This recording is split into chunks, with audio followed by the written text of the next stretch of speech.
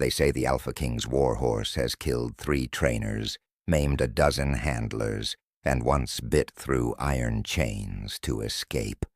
But when I lean close to whisper the ancient words my grandmother taught me, the beast that makes alphas tremble drops to its knees at my feet. The morning it happens, I'm mucking out the 3rd stall from the end, the one nobody wants because it backs up against the cold stone wall. My hands are raw, my back aches, and I smell like horse manure and hay. Just another day for Elara Thorne, lowest Omega in the Royal Moonstone Palace stables. "Move faster, Omega," Headgroom Marcus barks as he passes. The Alpha King's delegation arrives within the hour.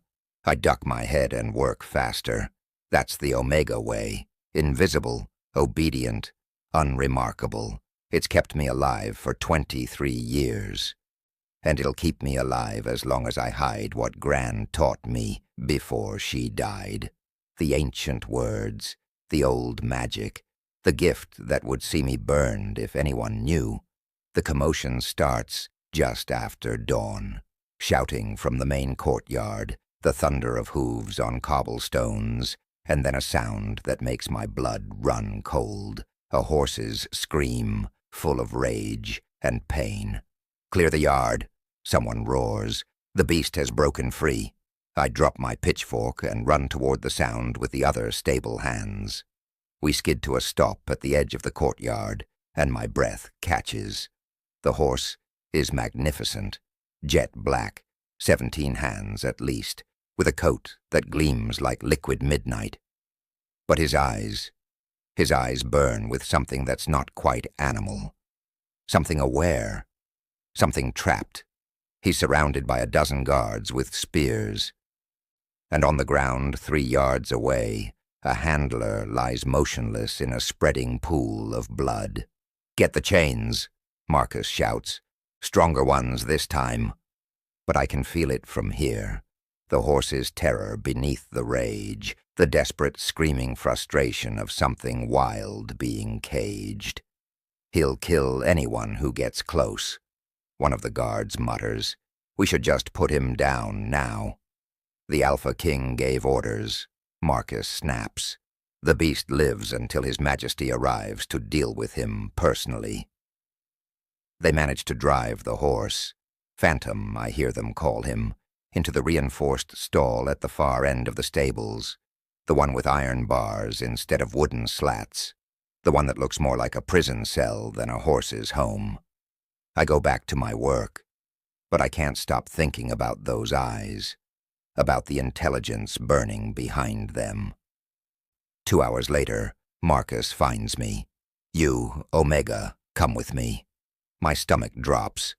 Omegas don't get summoned unless something's wrong. He leads me to Phantom's stall. The horse paces inside, head tossing, foam flecking his mouth. Up close, I can see the scars beneath his coat. Whip marks, burn marks. Someone hurt this creature badly, and often. "The Alpha King arrives tomorrow morning," Marcus says flatly. "He's ordered the horse prepared for execution at dawn. You're going to groom him, give him a final meal, and make him presentable." "Sir, the other handlers refuse. They say the beast is cursed." His lip curls. "But you're just an Omega. You'll do as you're told, or you'll be whipped for disobedience. Your choice." It's no choice at all. He leaves me alone with Phantom. The horse watches me with those 2 intelligent eyes as I approach the stall door. Every instinct screams at me to run, but something else pulls me forward. That same sense Gran taught me to trust. "Easy," I whisper. "I won't hurt you." He snorts, tossing his head. The movement says clearly, "You? Hurt me? Try it, little human. I should be afraid. I should call for help." Instead, I find myself reaching for the words Gran made me promise never to speak aloud. The old tongue, the language of the first shifters before the packs, before the kingdoms, before magic became forbidden and those who wielded it became criminals. Chalice Morthen, brother of wind. I breathe, barely audible. I see you, I hear you, I know you. Phantom goes absolutely still. His ears swivel forward, locked on me. I take another step closer. My heart hammers so hard, I'm sure everyone in the palace can hear it. What binds you? What traps you? Speak, and I will listen. For a long moment, nothing happens. Then Phantom takes one step toward me. Another. His massive head lowers until his nose nearly touches the iron bars between us. And he kneels. A horse, a supposedly wild, deadly war horse, kneels before an Omega stable hand like she's his queen. Sweet merciful moon, I whisper, switching back to common tongue. What are you? He can't answer, not in this form, but his eyes tell me everything. Help me, please. I'm still standing there, hand extended through the bars to touch his scarred neck. When the stable doors crash open, where is she? The voice is granite and thunder, authority and rage woven into two words. Every Omega instinct I possess screams at me to drop, to submit, to bare my throat. I turn slowly. Alpha King Demon Blackthorn stands in the doorway, and he's exactly as terrifying as the rumors say. 6.5 feet of pure predator, with black hair, a scarred face, and eyes the color of amber fire. He wears his power like other men wear cloaks, carelessly, because he doesn't need to prove anything.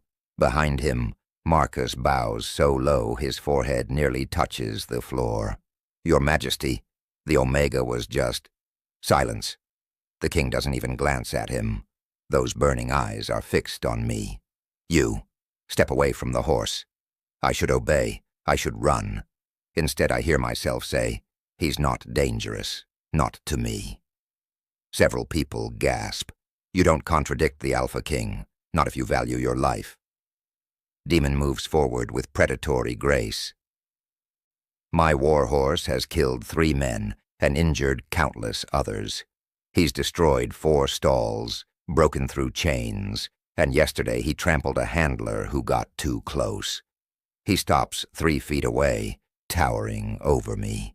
And you claim he's not dangerous? Not to me? I repeat, though my voice shakes. Look, I turn back to Phantom, who's still kneeling. I lay my hand on his neck, and he lands into the touch like a puppy seeking comfort. The silence behind me is deafening. How? The single word from the king sounds strangled. I can't tell him the truth. So I lie. I'm good with animals, Your Majesty. Always have been. They trust me. Show me again. It's not a request. I swallow hard and step back from the stall.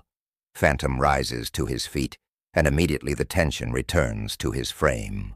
His ears flatten. His eyes go wild again. Chalice Morthen, I whisper again, praying no one else understands the words. Peace, brother, I am here. Phantom's head drops. His ears swivel forward, and once more, he kneels. The sound the Alpha King makes is barely human. When I dare to glance at him, his eyes have gone completely gold, his wolf rising to the surface. What is your name? His voice is different now, rougher, more animal than man.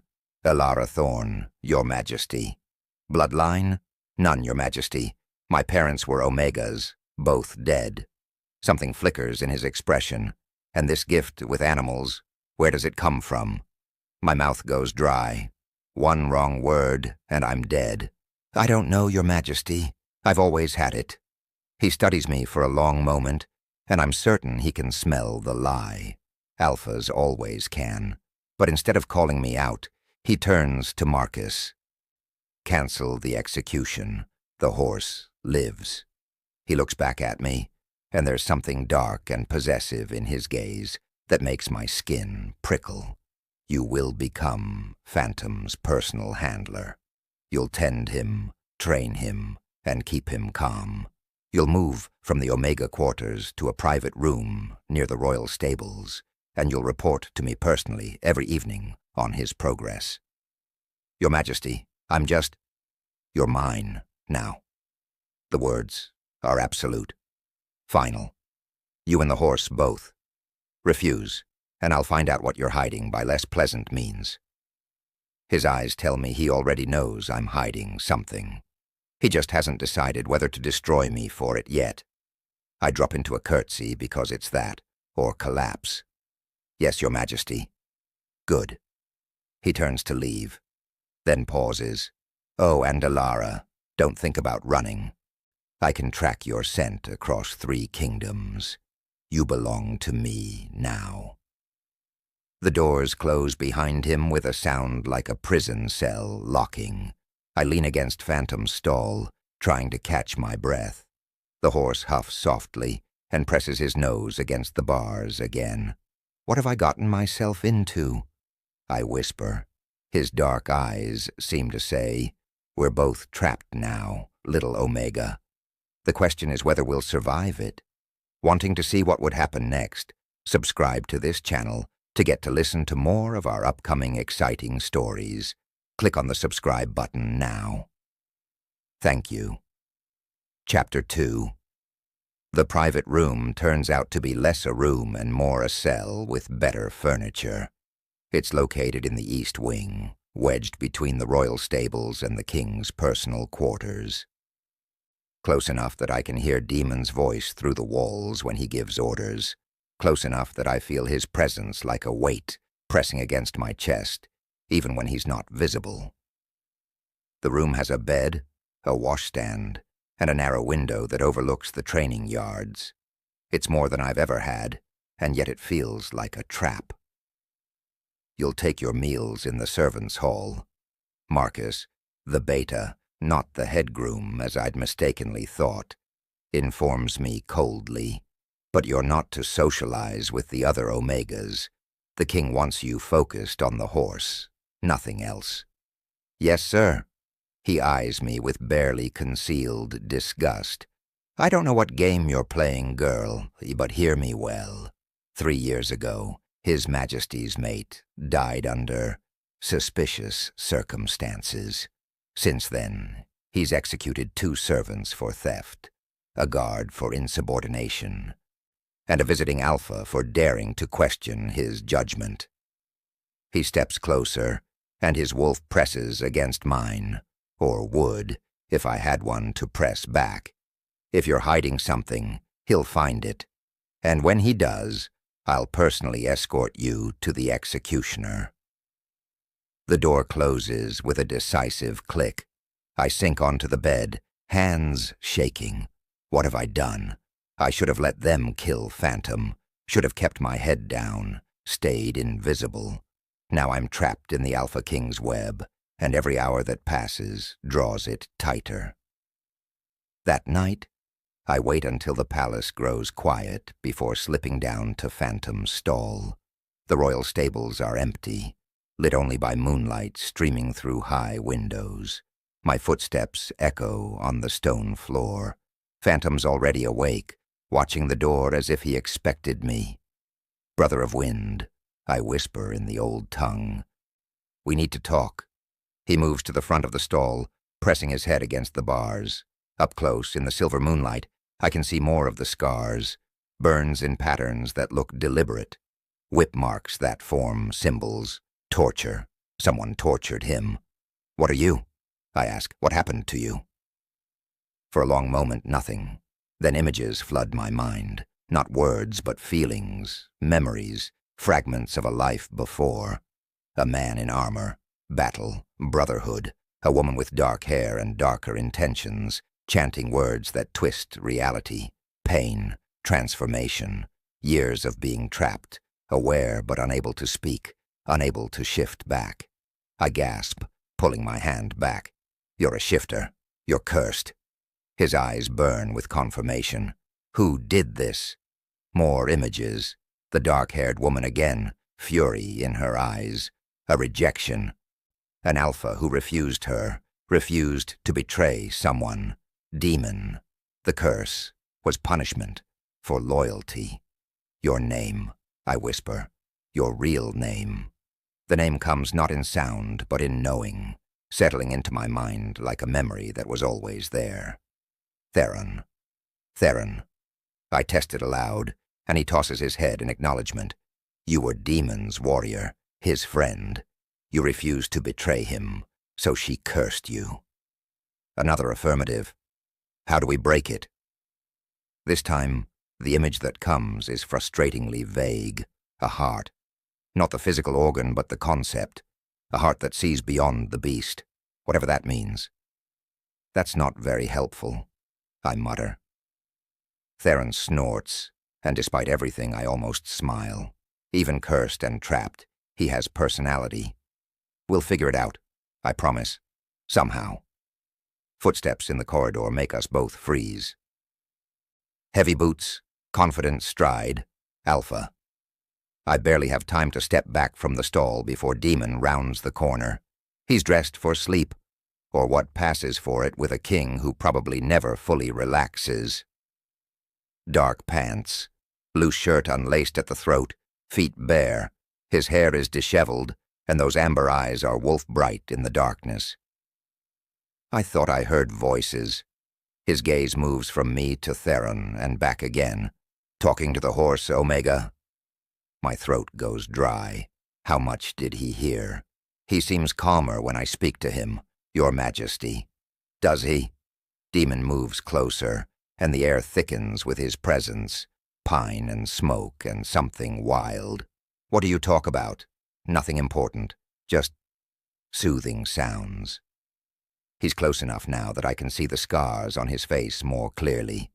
3 parallel lines across his left cheek, like claw marks. Another across his throat that should have killed him. You're a terrible liar, Elara Thorne.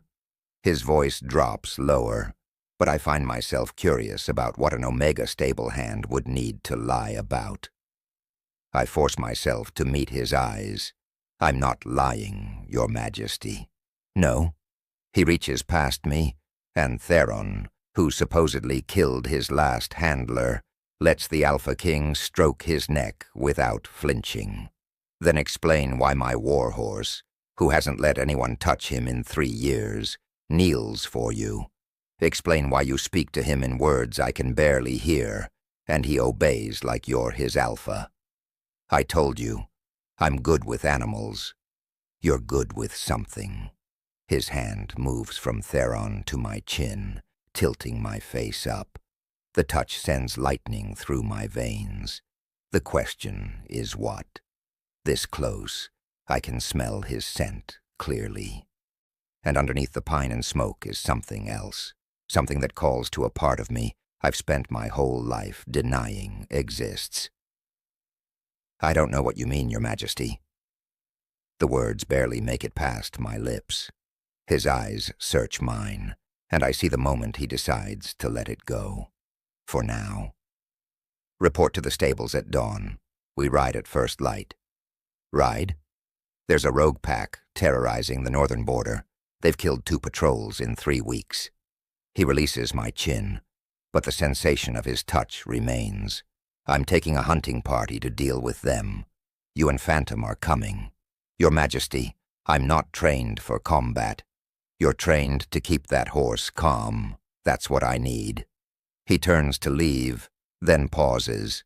And Elara, stay out of the stables at night. If I catch you again, I'll assume you're up to something worth investigating. The warning is clear. He's watching me. When he's gone, I lean against Theron's stall, trying to slow my racing heart.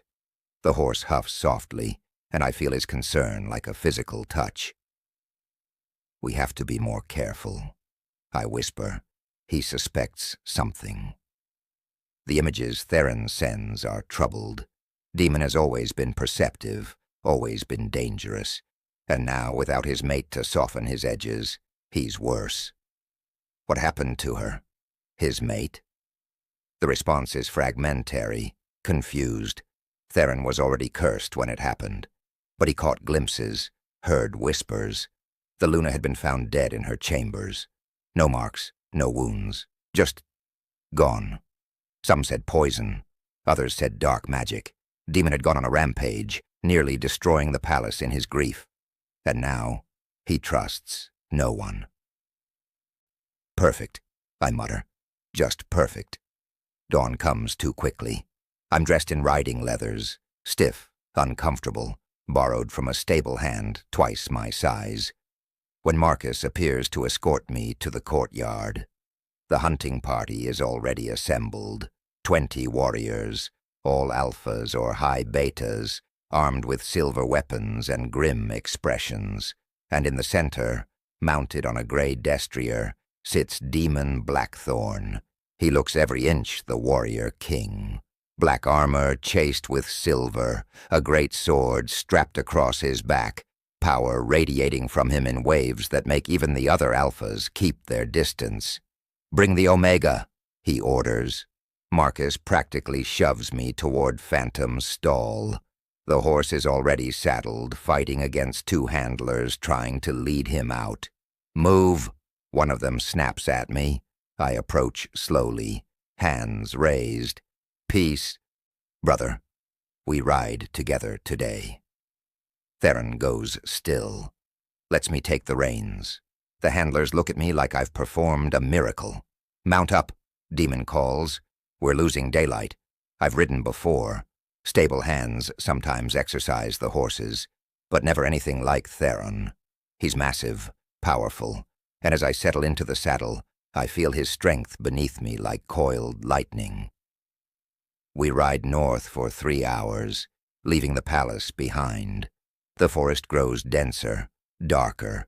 The other warriors are tense, hands on weapons, eyes scanning the shadows. Then I smell it. Blood. Death. Something wrong. "Your Majesty," one of the scouts calls from ahead. "The village. It's been attacked." We find it half a mile later. What's left of it. Buildings burned to foundations. Bodies scattered in the streets. The smell of rogue wolves hangs heavy in the air.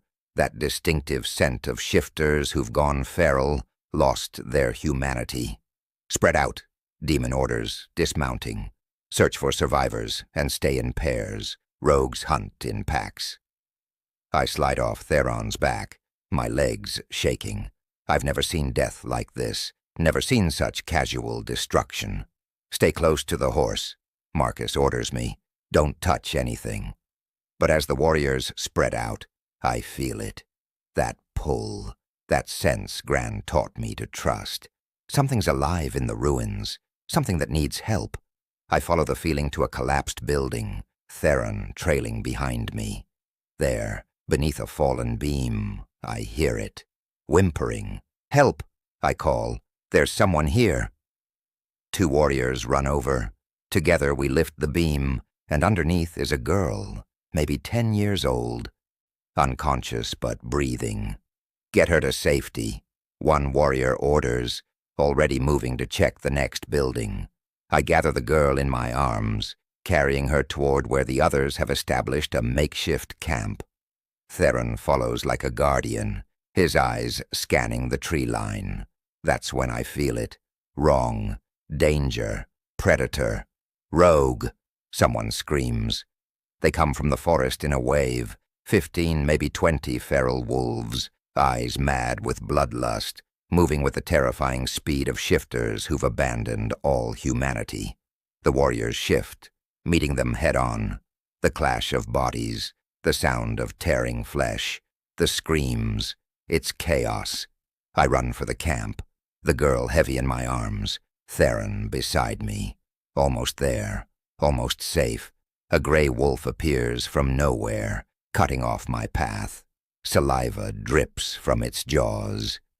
Its eyes are empty of everything but hunger. I stumble backward, clutching the child. Theron screams, that impossible sound horses make when they're furious, and rears up, hooves flashing. But there are 2 more rogues now. Circling. This is how I die, I think distantly, torn apart by feral wolves while trying to save a child. Then a black blur crashes into the nearest rogue, with the force of an avalanche. Demon. In wolf form, he's even more terrifying. Massive, midnight black, with those burning amber eyes. He tears into the rogues with surgical precision, protecting me and the child without hesitation. But one gets past him, lunges straight for my throat. I don't think, don't plan. The words pour from me in the old tongue, words I've never spoken before, words I didn't know I knew. Stay. Power explodes from me like a shock wave. The rogue stops mid-leap, frozen, held by something older than packs, older than kingdoms. The entire clearing goes silent. Every eye turns to me, and in that moment, I feel it, the thing I've denied my entire life. The power sleeping beneath my skin, waking up, stretching. My eyes are glowing. I can feel it. Ancient symbols flash across my vision, and for a heartbeat, I see everyone's true nature. The warriors' wolves, the rogues' corrupted spirits, and Demon, who's staring at me with shock and something that might be recognition in his eyes. Then the power snaps back inside me like a released bowstring, and I collapse. The last thing I see before darkness takes me is Demon shifting back to human form, catching me before I hit the ground. "What are you?" he whispers.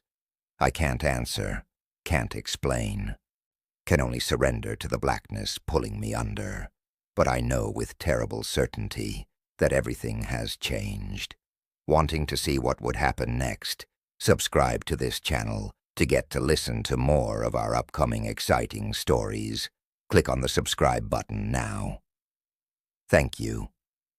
Chapter 3. I wake in the Alpha King's bed. For a panicked heartbeat, I think the worst. But I'm fully clothed, tucked under furs that smell like pine and smoke, and Demon is nowhere in sight. Pale morning light streams through windows too tall and grand for anywhere but the royal chambers. A servant I don't recognize sits in the corner, embroidering. When she sees I'm awake, she stands. I'll fetch His Majesty. Wait! But she's already gone. I try to sit up and immediately regret it. Every muscle in my body screams. My head pounds like someone's beating a drum inside my skull. And when I touch my temples, my fingers come away tingling with residual energy. The power, the old magic I'd unleashed in the forest. You've been unconscious for 2 days. Demon stands in the doorway, fully dressed in black leather and silver, looking like he hasn't slept at all. His eyes are shadowed, his jaw tight. The child lives, thanks to you. He moves into the room with that predatory grace, stopping at the foot of the bed, as do 3 of my warriors who would have died if you hadn't frozen that rogue. His gaze pins me in place. So I'll ask you again, Elara Thorn, what are you? My mouth is dry as sand. I told you, I can speak to animals. That wasn't speaking to animals. His voice cuts like a blade. That was power.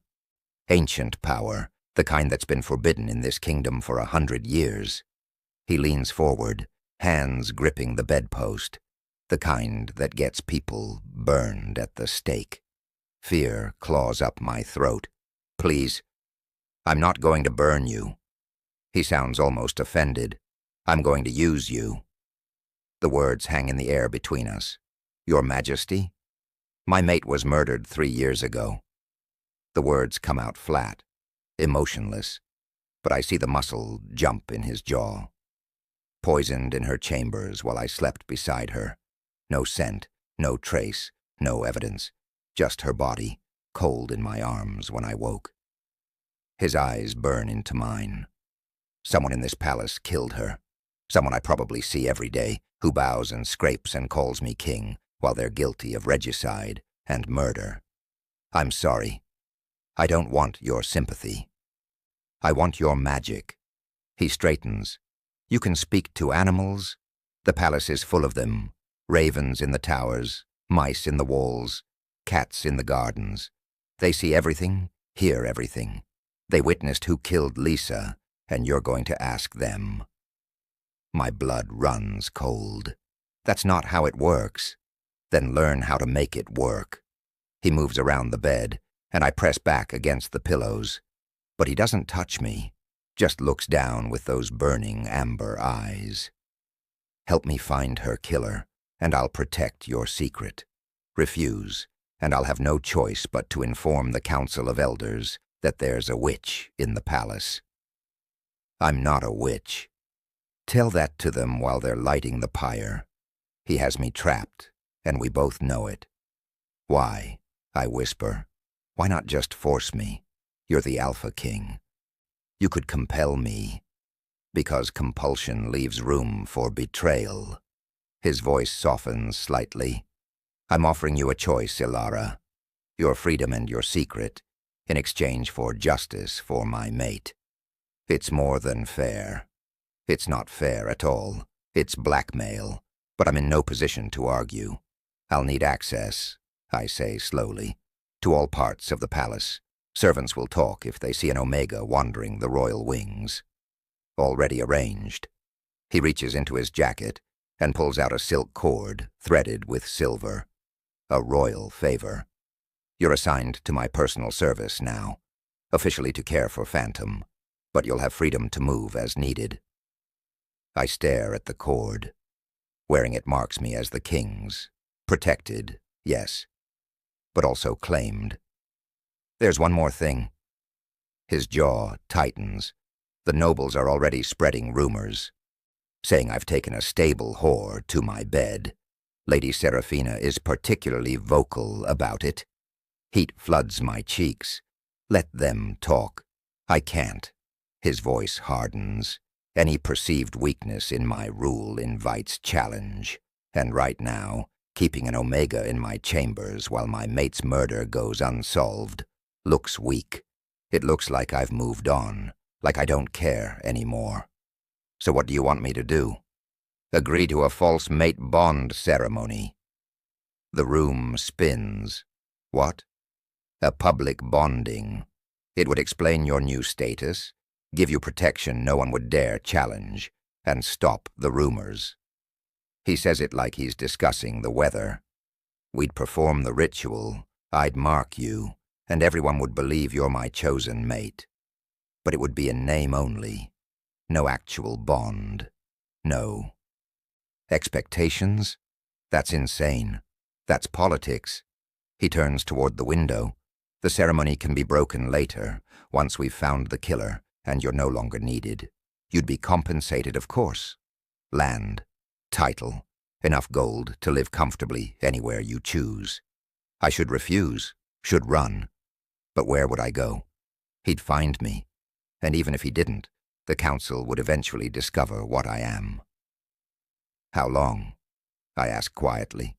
However long it takes. And if we don't find the killer? His shoulders tense. Then I'll have failed her twice. The pain in those words surprises me. This brutal, dangerous king still grieves, still hunts for justice 3 years later. I'll do it, I hear myself say, on one condition. He turns back, eyebrow raised. You help me break Phantom's curse. The horse? He's not just a horse. He's Theron. Your warrior. He was cursed by a witch for refusing to betray you. Demon goes absolutely still. That's impossible. Look into his eyes next time. Really look. He's still in there. For a long moment, Demon just stares at me. Then, if you're lying, I'm not. Fine. We break Theron's curse. He extends his hand. Do we have a bargain? I place my hand in his, and the contact sends lightning up my arm. His fingers are warm, calloused, strong, the hand of a warrior king. We have a bargain. The next week is a special kind of torture. Demon assigns me chambers adjoining his, close enough to maintain the illusion of intimacy, but with a locked door between us. I'm given fine clothes, jewelry, servants, everything an almost queen would need. And I hate every minute of it. The nobles stare, whisper, judge. I can feel their contempt like needles in my skin every time I enter a room. Lady Seraphina is the worst. She's beautiful in the way venomous snakes are beautiful, sleek, graceful, deadly. Her family controls 3 of the largest packs in the kingdom, and she's been positioning herself as Demon's next Luna for years. Finding me in her place makes her murderous. How quaint. She purrs at the first state dinner I'm forced to attend. She's seated across from me, dripping in sapphires that match her eyes. The king has such charitable impulses, taking in strays. Lady Seraphina, Demon's voice cuts across the table. Mind your tongue. She smiles sweetly. Of course, Your Majesty.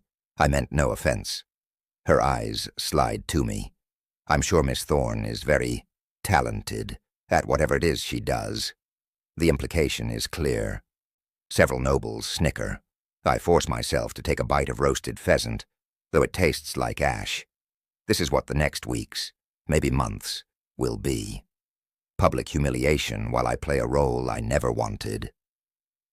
After dinner I escape to the stables. Theron is waiting, and the moment I see him, something in my chest unclenches. Bad night? The question comes not in words, but in feeling. The worst. I lean against his neck, breathing in his familiar horse scent.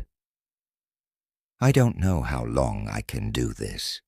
He huffs sympathetically, then sends me images, memories from when he was human, court functions, noble politics, Demon navigating the treacherous waters of leadership, while everyone smiled to his face and plotted behind his back. He doesn't trust anyone, does he? No one. Not since Lissa died. Do you know what happened?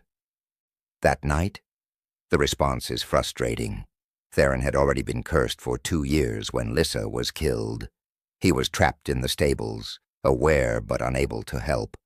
But he'd heard things. Whispers from the other horses, mice who'd witnessed servants coming and going from the Luna's chambers at odd hours. Someone in the palace, I murmur. Someone close. Very close. A sound makes us both turn. Demon stands at the stable entrance, watching us. You do that a lot, he observes. Stand with him like you're having a conversation. We are having a conversation. And what is my former general telling you? I hesitate, but we made a bargain. That Lyssa's killer is someone close to you, someone who had access to her chambers. His expression doesn't change, but I feel his rage like a physical force. Narrows it down to about 50 people. The animals might know more. I'll need to question them. Tomorrow. He moves closer, and moonlight catches the scars on his face. Tonight, we need to discuss the ceremony. My stomach drops. When? 3 days. The full moon. He studies me, having second thoughts. About pretending to be your mate in front of the entire court. No, not at all. Sounds delightful. The corner of his mouth twitches, almost a smile. It won't be pleasant. The ritual requires contact. What kind of contact? I'll need to mark you. Here. His fingers brush my neck, just above my collarbone, and I shiver. It won't be a real bond.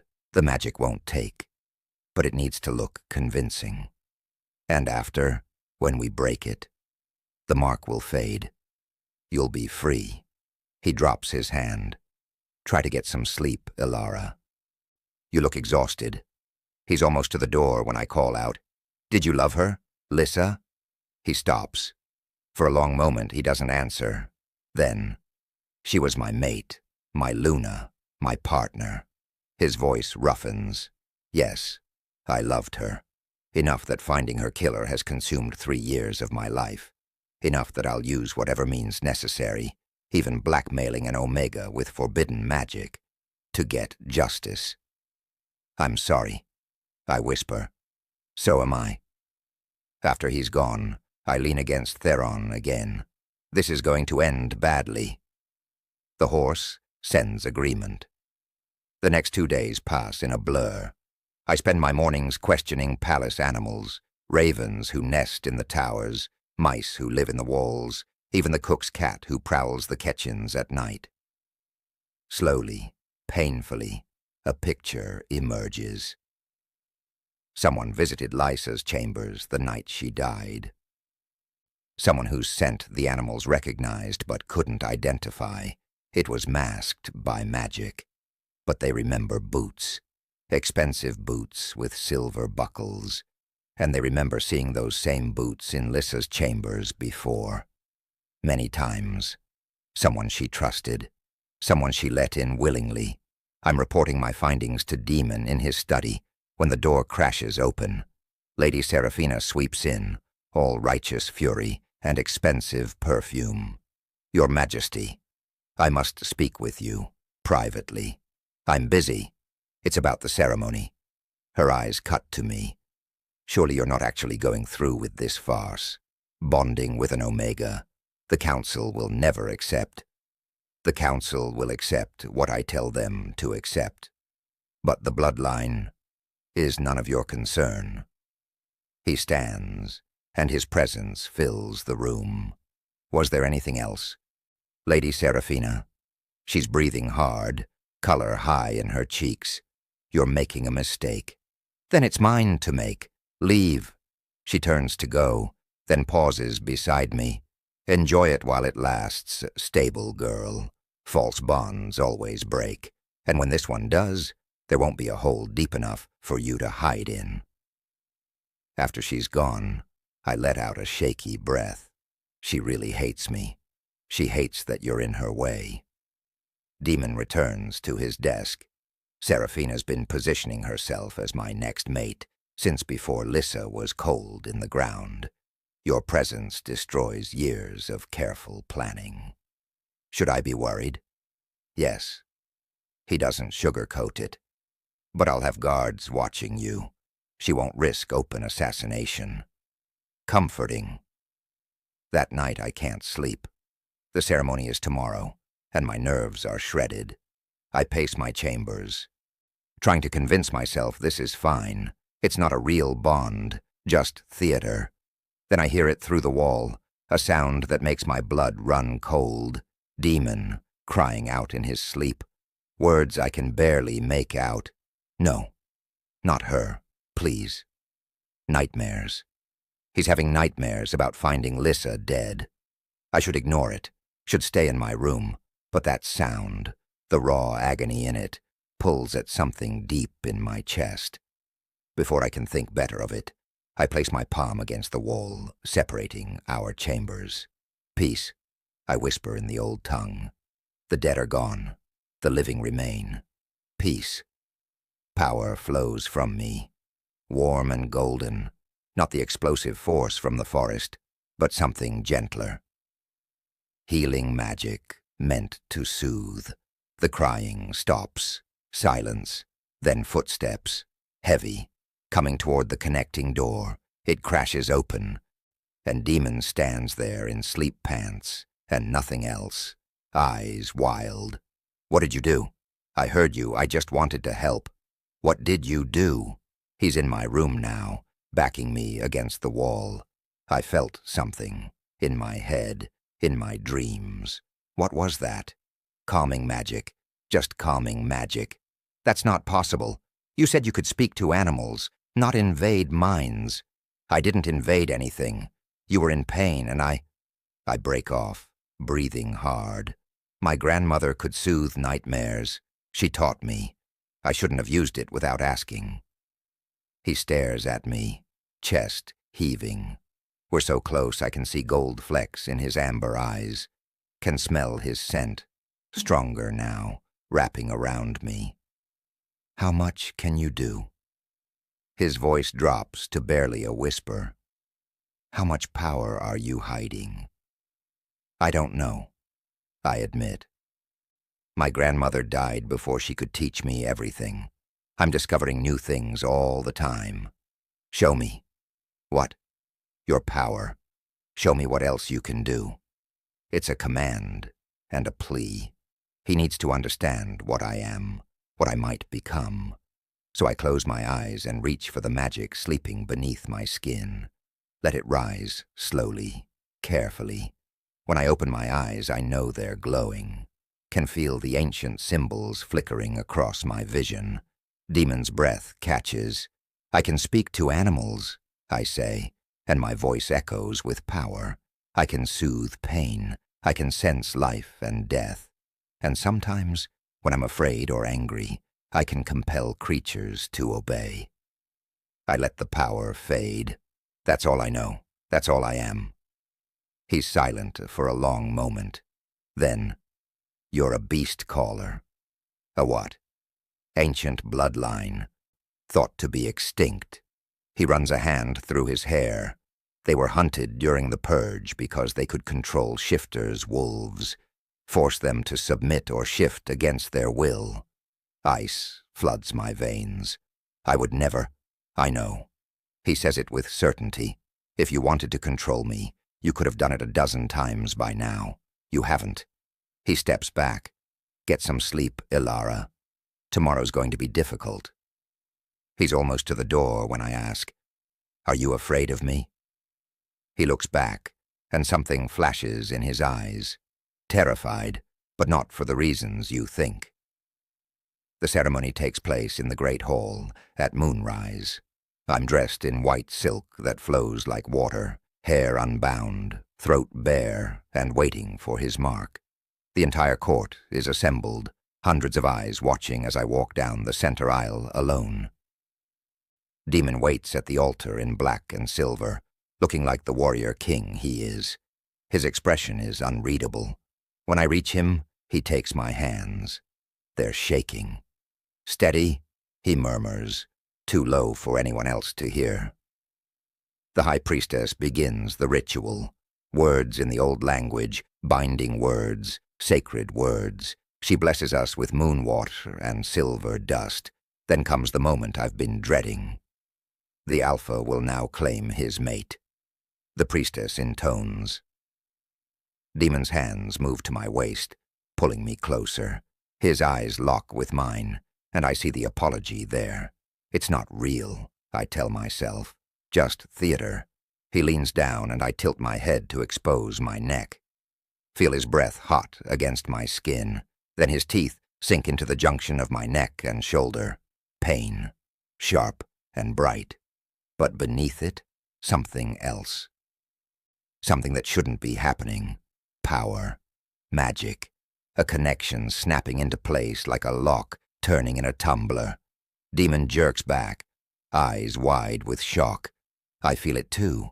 A bond, real and solid and impossible, tying us together. I can feel his heartbeat, his emotions, his wolf recognizing mine. Except I don't have a wolf. Except suddenly, I do. Something ancient and powerful, rising up inside me, meeting his wolf with equal strength. No, I breathe. But it's too late.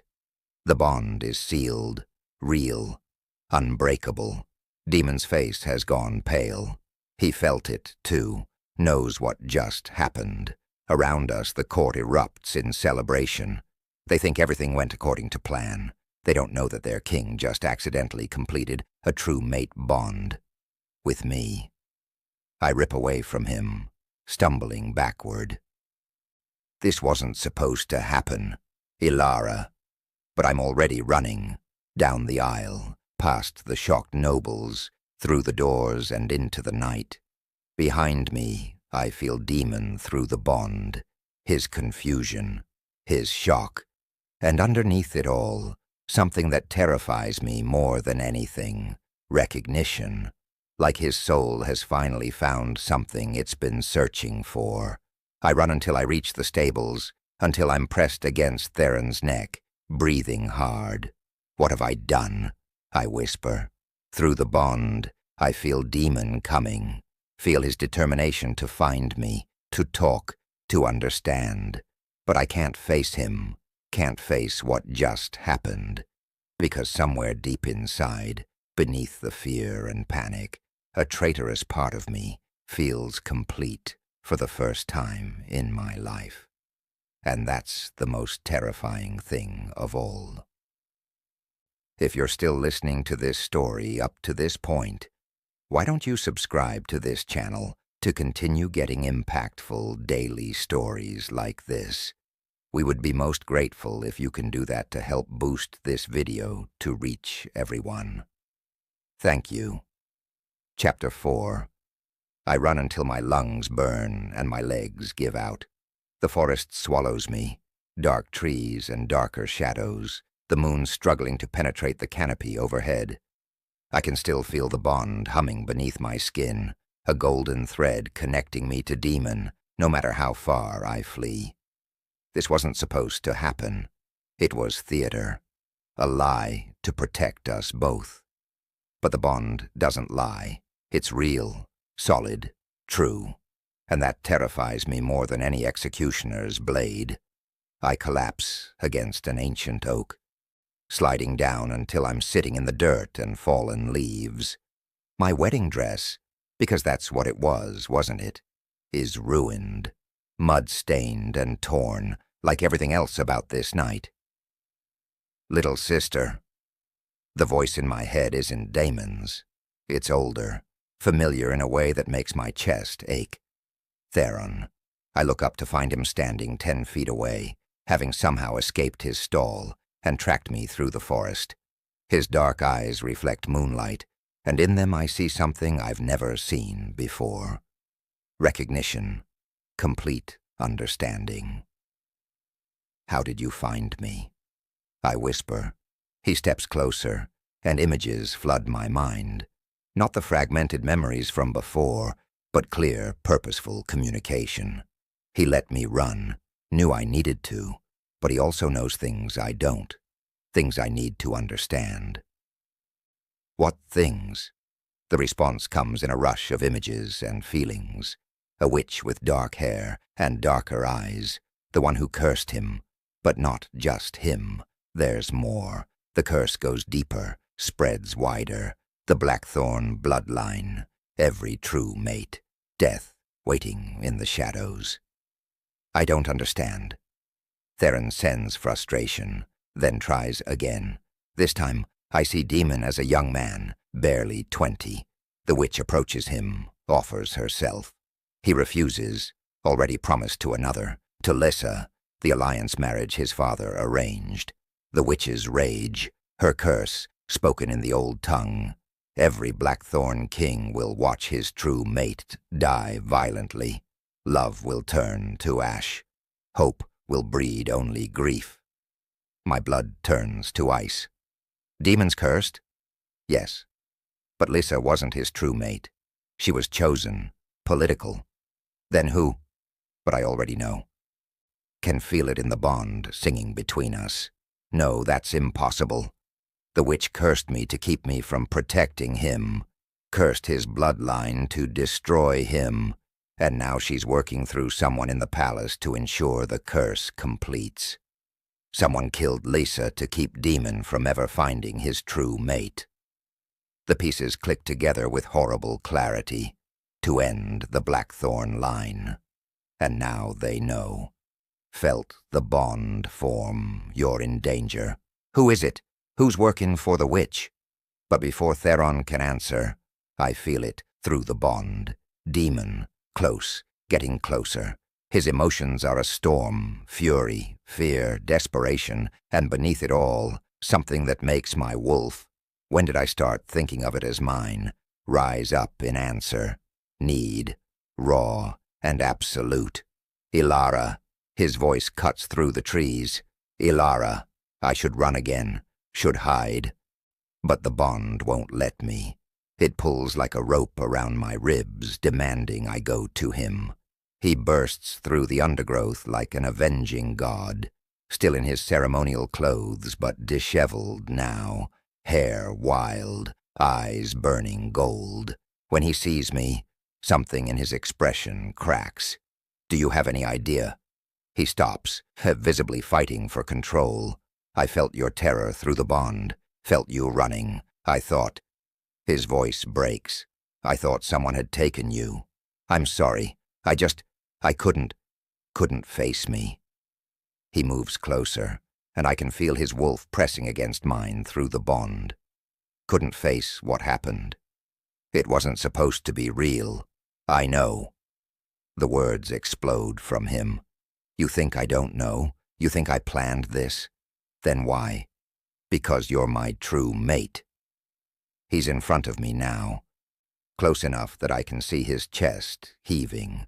I felt it the first time I saw you in the stables, felt my wolf recognize yours, even though you claimed to have none. I've been fighting it for weeks, telling myself it was impossible, that you were just an Omega with strange magic. His hand cups my face, thumb brushing my cheek. But the bond doesn't lie, Elara. You're mine, and I'm yours, and that means you're going to die.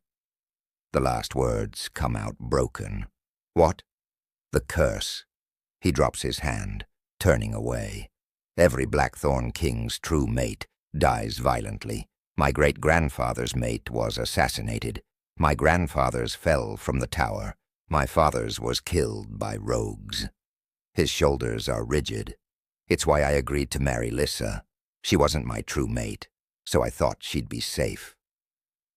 Thought I could cheat the curse by never claiming my real mate. But someone killed her anyway. To isolate me, to make me vulnerable. He looks back, and his eyes are haunted. And now you've walked into the trap. The moment I marked you, the moment the bond formed, you became a target. Then we break the curse. He laughs, but there's no humor in it. Do you think I haven't tried? I've had every witch, every magic user, every scholar in the kingdom examine it. The curse is unbreakable. No curse is unbreakable. I stand, brush off my ruined dress. Theron told me. The horse told you? He sounds incredulous. He's not a horse. He's your cursed warrior. And yes, he told me. I move closer. The witch who cursed him is the same one who cursed your bloodline, which means the curses are connected. Break one, and you might break both. And how exactly do we break a curse that's held for 3 generations? A heart that sees beyond the beast. I meet his eyes. That's how Theron's curse breaks, and I think it applies to your curse, too. Meaning what? Meaning I have to see beyond the monster everyone thinks you are. I step closer, and the bond flares between us. I have to see the real demon, the one who still grieves his mate 3 years later, the one who protects, even when he pretends to be cruel, the one who's terrified right now, not for himself, but for me. His jaw clenches. You don't know me. Then let me. I place my hand over his heart. Let me see you. Let me in, because I think that's the only way this works. For a long moment, we just stand there. Then his hand covers mine. If you die because of me, then at least I'll die as someone's true mate, instead of an invisible Omega. I try to smile. That's something, right? That's everything. His other hand tangles in my hair, and that's why this is torture. Then we'd better break this curse fast.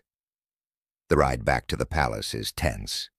Demon insists I ride with him on his destrier, keeping me pressed against his chest. Through the bond, I feel his hyper-awareness. Every sound, every shadow, is a potential threat. Theron follows, and through our connection, he feeds me more information. The witch's name, Morgana. She disappeared after cursing Demon but left agents behind. People she'd corrupted with promises of power. Like Marcus. Your beta, I say quietly. Theron says he's one of hers. Demon's arms tighten around me. Marcus has been with me since childhood. He was my father's beta before me, which makes him the perfect long-term agent. Patient, trusted, close enough to strike when needed. He would have had access to Lissa's chambers. The words sound like they're being dragged from him. She trusted him. We both did. We need proof. We need you safe first. We're approaching the palace gates. I'm moving you into my chambers, not the adjoining room, my room, where I can protect you. Demon, this isn't negotiable. Someone in this palace wants you dead. They're not getting the chance. The next morning, I wake in the Alpha King's bed. Again. But this time, Demon is there too. He's asleep beside me, still fully clothed, sitting upright against the headboard with a dagger in his lap, like he passed out while keeping watch. Through the bond, I feel his exhaustion. He hasn't really slept in days. Moving carefully, I take the dagger and set it aside. He doesn't wake. The bond pulses between us, and I realize I can reach through it, feel his dreams, his fears. He's dreaming about finding Lissa dead, about failing to protect her, and now those dreams have my face instead of hers. Peace, I whisper, sending the calming magic through the bond. I'm here. I'm alive. Peace. His breathing evens out, deepens. Real sleep, finally. I slip from the bed and dress quickly. If Marcus is the traitor, I need proof, and the only way to get it is by questioning the creatures who witnessed things humans missed. The palace gardens are my first stop. The old gardener's cat, a grizzled tom named Shadow, watches from a stone wall as I approach. Elder brother, I greet him in the old tongue. I need your wisdom. He considers me with yellow eyes. Then, deciding I'm worthy, he shares what he knows. The night Lissa died, he was hunting mice in the corridors, saw a man enter her chambers late, recognized the scent, the king's beta. Marcus carried something wrapped in cloth, stayed only moments, left looking satisfied. Are you certain it was him? I know his scent better than my own. It was the beta. I thank him and move on. A raven in the tower, mice in the walls, a hound in the kennels. Each one adds pieces to the puzzle. Marcus visited Lissa's chambers multiple times in the weeks before her death. Always when Demon was away, always carrying something. Herbs, potions, spelled objects, building up to the final poisoning. By midday, I have enough evidence to damn him. I find Demon in the training yard, sparring with his guards. He's vicious, taking out his frustration on anyone willing to face him. When he sees me, he stops mid-strike. We need to talk, privately. He dismisses the guards and follows me to his study. I tell him everything, every witness, every detail, every damning piece of evidence. His face goes stone cold. Where is he? Wait. We need to be smart about this. But he's already moving. I follow, the bond thrumming with his rage. We find Marcus in his chambers, calmly reading reports. He looks up when we enter, and his expression doesn't change. Your Majesty, my lady. Don't. Demon's voice could cut glass. Don't pretend. I know what you did. Marcus sets down his papers. Took you long enough, though I suppose having a beast-caller mate helps. He looks at me with mild interest. Clever, using the animals. I'd forgotten about them. Why? Demon's control is fracturing. You were my father's beta, his friend. I trusted you, and that was your first mistake. Marcus stands. Your father was weak. You're weak. The Blackthorn line has been weak for generations. Morgana saw it. She offered me something better, real power, not just the scraps of being a beta. You killed Lissa. I did. She wasn't your true mate, but she was making you stronger, happier. That couldn't be allowed. He smiles. The curse requires your true mate to die, but ensuring you never found her. That was my own addition. Morgana was pleased. Where is she? I demand. Where's the witch? Closer than you think. His eyes gleam.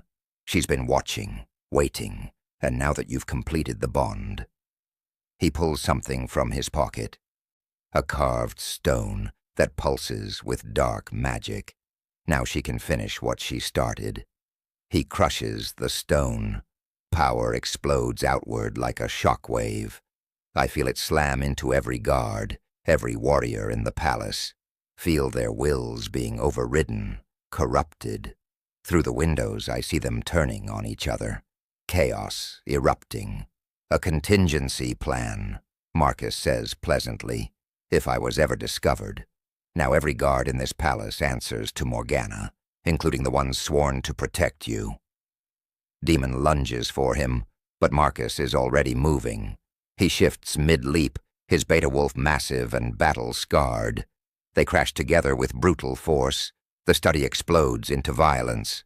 I stumble back, trying to think. The spell. I need to break the spell, but I don't know how. Yes, you do. The voice is new, female, ancient, and it comes from somewhere deep inside me. You're my niece, child. My sister Morgana cursed these men, but you carry my blood too. The power to break curses runs in our line. Who? Your grandmother. Or rather, who she really was. I couldn't teach you everything before I died, but the power is there. Reach for it. The wolves are tearing each other apart.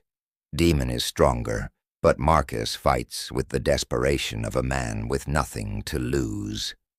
I close my eyes and reach deep, past the animal communication, past the calming magic, down to something older, something that feels like starlight and ancient words, the curse-breaking power. It rises like a tidal wave, flooding through me. My eyes snap open, and I know they're glowing, can feel symbols writing themselves across my skin in light. Stop. The word comes out in the old tongue. Amplified by power, everything freezes. Demon and Marcus, the corrupted guards outside. Even the air itself seems to hold its breath. I reach for the dark magic Morgana left behind, feel its oily, corrupted signature, and I pull. The spell shatters like glass. Throughout the palace, guards stumble and gasp, suddenly free. Marcus's wolf yelps as his connection to Morgana snaps. Demon doesn't hesitate. His jaws close around Marcus's throat. Wait, I cry. Demon looks at me, wolf eyes questioning. We need him alive. He's our only connection to Morgana. For a long moment, I think he'll kill Marcus anyway. The bond thrums with his rage, his need for vengeance. Then he releases him, steps back, shifts to human form. Chain him, he orders guards who are just arriving. Silver chains, and post 6 warriors. He doesn't leave that cell alive unless I say so. They drag Marcus away, and suddenly Demon and I are alone. We're both breathing hard, both covered in blood, though thankfully none of it seems to be Demon's. You broke her spell, he says quietly. Just broke it. My grandmother. My voice shakes. She wasn't just a hedge witch. She was Morgana's sister, the power to break curses. It's my inheritance. He moves toward me slowly, like I'm a spooked horse. What else did she tell you? That I'm the only one who can break your curse. And Theron's. I meet his eyes, but I don't know how yet. I just know I can. His hand cups my face, and through the bond, I feel everything he's not saying. Hope, fear, wonder. Then we figure it out, he says. Together. Together. I agree. But even as I say it, I feel something on the wind. A presence, watching, waiting. Morgana knows I exist now, knows I broke her spell. And that means the real battle hasn't even begun. If you're still listening to this story up to this point, why don't you subscribe to this channel to continue getting impactful daily stories like this? We would be most grateful if you can do that to help boost this video to reach everyone. Thank you. Chapter 5. The palace trembles with dark magic. Even with Marcus chained in silver, his spell continues to spread like poison through water. Guards turn on each other in the corridors. Servants flee screaming. and through it all, I feel Demon weakening through the bond. What's happening? I grip his arm as he sways. We're barricaded in his study with 6 loyal warriors standing guard outside. The curse. His voice is strained. Now that I've acknowledged you as my true mate, it's activating fully. I can feel it, like claws digging into my chest, squeezing. Terror floods through me. How long? Hours, maybe less. He looks at me, and his eyes are shadowed with pain. Marcus timed it perfectly. The moment I marked you, he crushed that stone. The spell on the guards was just a distraction. The real attack is on me. Then we break the curse. Now. Ilara, don't tell me it's impossible. I broke Morgana's spell on the guards. I can break this too. He cups my face with both hands. And if it kills you in the process, what then? Then at least I'll die fighting instead of hiding. I cover his hands with mine. You said we face this together. I'm holding you to that. Through the bond, I feel his conflict. His need to protect me, warring with his desperate hope that maybe, just maybe, I can actually do this. A crash from outside, shouting. One of our guards cries out. "They're coming," Daman says grimly. He pulls away, drawing his sword. Corrupted guards must have broken through the first defense. The door splinters. 6 guards pour in, eyes glazed with dark magic, moving with the jerky precision of puppets on strings. Demon meets them head-on. Even weakened, he's devastating. But more keep coming. Too many. I reach for my power, the curse-breaking magic my grandmother's spirit awakened. But as I grasp for it, another presence slams into my consciousness. Clever little niece. The voice is silk and venom. Morgana. You broke my spell on the gods. Impressive. But you're too late to save him. The bloodline curse is already killing your mate, and when he dies, you'll follow. True mates always do. Show yourself, I shout. Laughter echoes through my mind. Why, I'm winning. Marcus has served his purpose. He kept Demon isolated, vulnerable, alone for 3 years. And his obsession with the former queen, delicious. Love makes people do such terrible things. You twisted him, used his feelings. I offered him what he wanted, revenge on the woman who rejected him and the son who reminded him of it every day. He took my deal eagerly. Demon cuts down another guard, but he's slowing. Blood runs from a gash on his arm. Through the bond, his pain spikes. Tell me how to break the curse, I demand. Oh, that's simple. You can't. Even with your grandmother's power, you're too weak. She spent her whole life trying to weaken my curse. And all she managed was to delay it, to give Demon a few extra years before his true mate appeared and sealed his doom. There has to be a way. There is. But you won't take it. Her presence presses closer, oppressive. The ritual your grandmother never told you about, the one that requires a sacrifice. My blood runs cold. What kind of sacrifice? Your magic, all of it, forever. Morgana's voice drips with false sympathy. Pour your power into breaking both curses, the one on Demon's bloodline and the one trapping Theron. But doing so will burn out your gift completely. You'll be powerless, ordinary, just another weak human bound to an alpha. And if I don't? Then Demon dies within the hour. The curse will stop his heart, and the bond will drag you into death with him. At least you'll be together in the end. How romantic. She laughs and withdraws, leaving me shaking. Ilara, Demon's shout snaps me back. He's surrounded now, fighting 6 guards at once. His movements are sluggish, pained. I have to choose. My magic or his life? It's not even a question. I run from the study, dodging corrupted guards, racing toward the stables, toward Theron. If I'm going to do this ritual, I need both of them, the cursed warrior and the cursed king. Theron is pacing his stall when I burst in, wild-eyed and panicked. "Brother, I need you." The words pour out in the old tongue.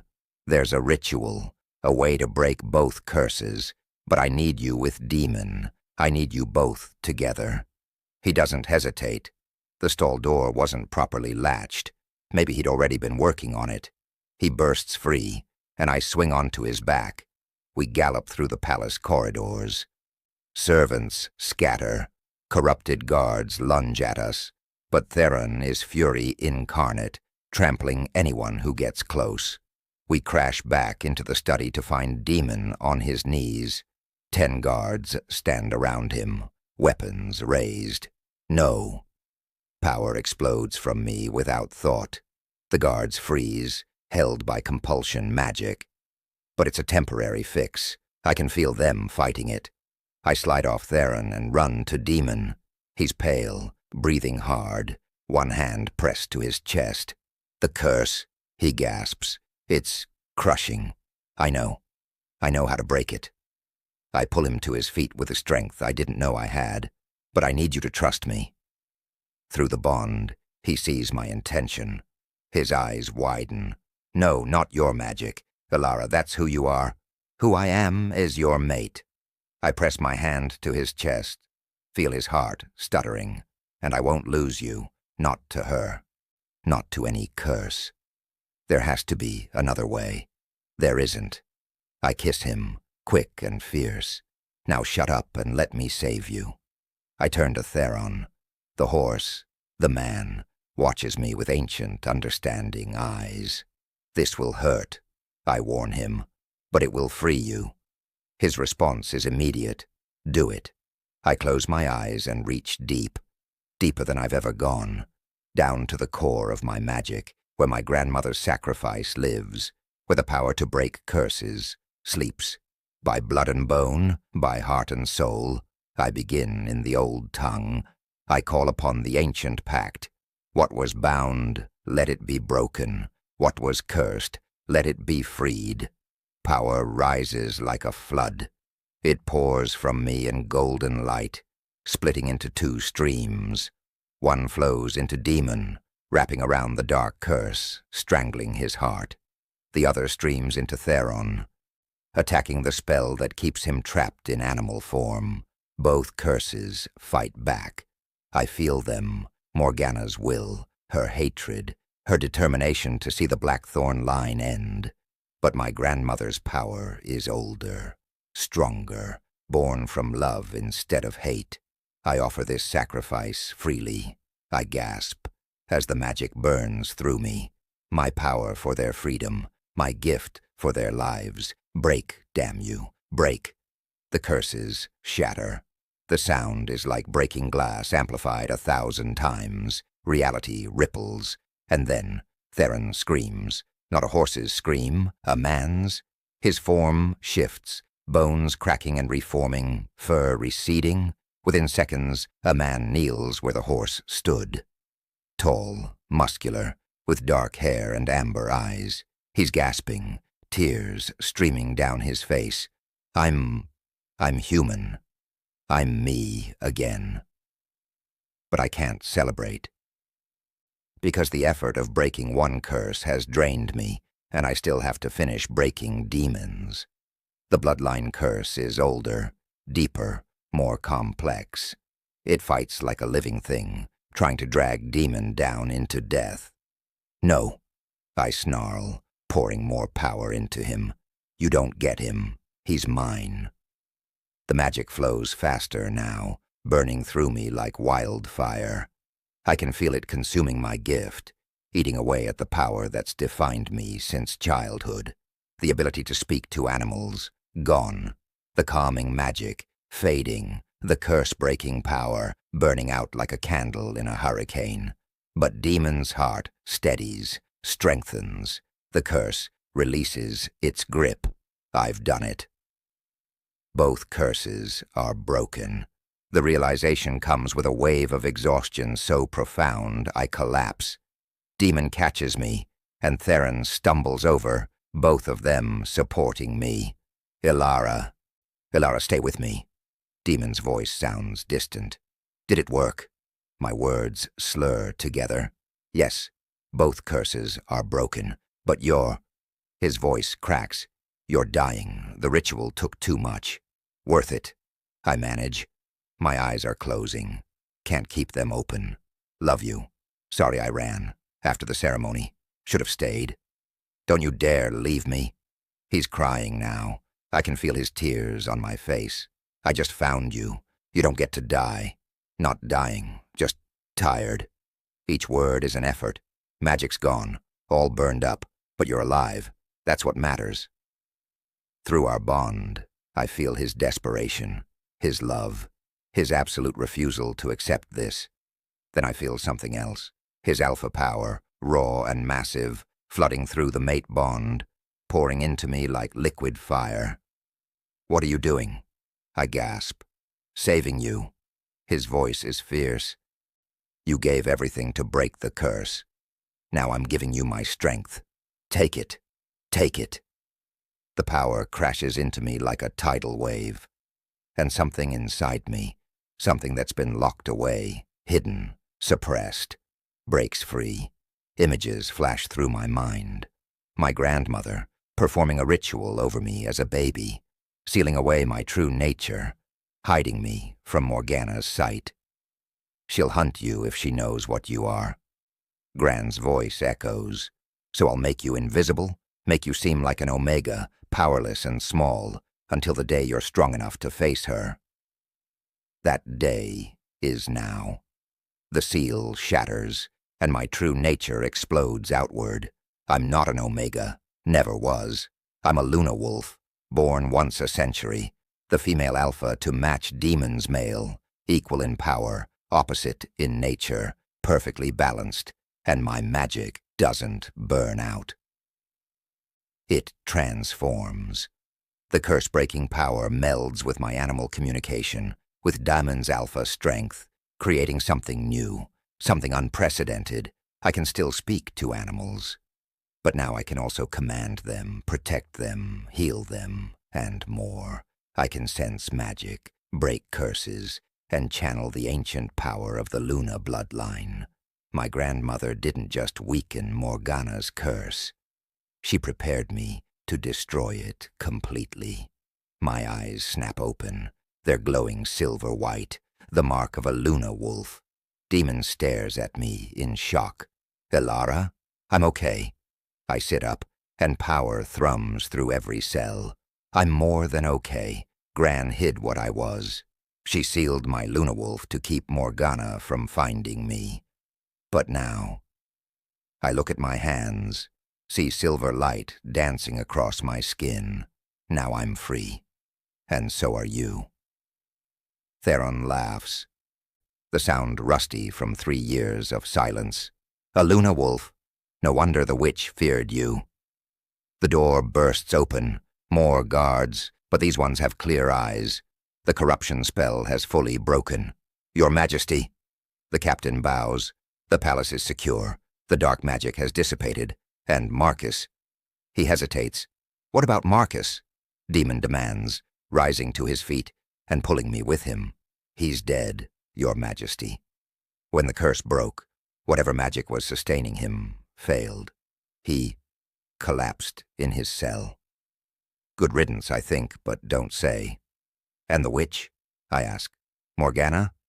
No sign of her, but her hold on the palace is gone. Demon looks at me, and through the bond, I feel his mixture of relief and residual fear. She'll come back. She won't accept this defeat. Let her come. My voice is steady, certain. I'm not afraid of her anymore, because I'm not the powerless Omega she dismissed. I'm a Luna wolf with curse-breaking power and a true mate, bond to the Alpha King. I'm exactly what she feared. The next 3 days pass in a blur of revelations and restorations. Theron is reunited with his family. A sister who'd mourned him for 3 years nieces and nephews who'd never known him. Watching him hold his infant nephew for the first time, tears streaming down his face, breaks something open in my chest. "Thank you," his sister whispers to me later. "You gave him back to us." "He helped save my mate," I reply. "We're even." Demon insists on a formal acceptance ceremony, not the false bond we'd planned, but a real one. Before the entire court, he proclaims me his Luna Queen, his true mate, his equal. The nobles bow. Some reluctantly. Change is always hard, but they bow, all except Lady Seraphina. She's arrested trying to flee the palace, servants finding poison in her chambers. The same poison used on the wine Theron kicked over days ago. She was working with Marcus, Demon tells me as guards drag her away. Promised her she'd be queen once you were dead. She's lucky I'm banishing her instead of executing her. Merciful of you. You've made me soft. But he's smiling when he says it. We discover more of Marcus's treachery. Letters to Morgana, plans to destabilize the kingdom, evidence of his obsession with Demon's mother, portraits he'd kept hidden, jewelry he'd stolen from her chambers after she died, pages and pages of rambling confessions about how she should have chosen him instead. He was sick, I say quietly, reading through the journals. She twisted his pain into something monstrous. Doesn't excuse what he did. Demon's voice is hard. He killed Lisa. He nearly killed you. No, it doesn't excuse it. I close the journal, but understanding why helps us heal from it. That night, alone in our chambers, Demon pulls me close. Through the bond, I feel everything he's not saying, the fear that still lingers, the love that grows stronger every day, the wonder that we're both alive and together. I thought I'd lost you, he whispers into my hair. When you collapsed after breaking the curse, I thought, I'm here. I press my hand over his heart, and I'm not going anywhere. You're stuck with me. Good. He kisses me, deep and thorough, because I'm never letting you go. The mate bond flares between us, strong and true and unbreakable. 6 months later, I stand in the palace gardens, watching the sanctuary taking shape. It's a massive project, creating a place where magical creatures can live safely, where people with forbidden gifts can come without fear, where the old ways my grandmother preserved can be taught to a new generation. Theron finds me there, no longer my guard, but my friend. Demon made him head of guard, and he's taken to the position with fierce dedication. The Luna Queen, hiding in her garden. He grins. Demon's looking for you. I'm not hiding. I'm supervising. You're avoiding the state dinner with the Eastern Territories delegation. Can you blame me? They're still suspicious about having a Luna Wolf as queen. They keep asking how I hid my nature for so long. Tell them it's magic. He shrugs. They'll believe anything about magic these days. Theron. He laughs, and the sound is beautiful. Free. 3 years of being trapped in animal form, and now he laughs like he's making up for lost time. We walk back toward the palace together, and I feel it. That familiar pull of the bond. Demon is waiting at the entrance, magnificent in formal attire. When he sees me, his expression softens. There you are. He extends his hand. Ready? As I'll ever be. The state dinner is surprisingly painless. The Eastern delegates are formal but respectful. Word has spread about how I broke Morgana's curse, saved the kingdom from civil war, transformed from Hidden Omega to Luna Queen. I'm becoming a legend, whether I want to or not. Later, after the delegates have retired and the palace has quieted, I stand at our chamber window, looking out at the stables. The horses are settling for the night. Even from here, I can feel their contentment. My magic has changed since awakening. Stronger, yes, but also different. I don't just hear animals now.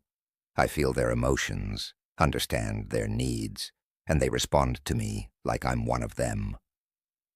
Yesterday, a wild mare bowed to me in the forest, just dropped to her knees like Theron had all those months ago.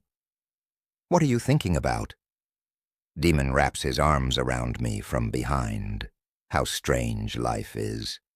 6 months ago, I was mucking stalls and hiding what I could do. Now I'm queen, breaking curses, building sanctuaries. I lean back against him. Sometimes I wonder if it's all a dream. If it is, I don't want to wake up. He kisses my neck, right over his mark. Though there is something we need to discuss. What's that? The council wants heirs.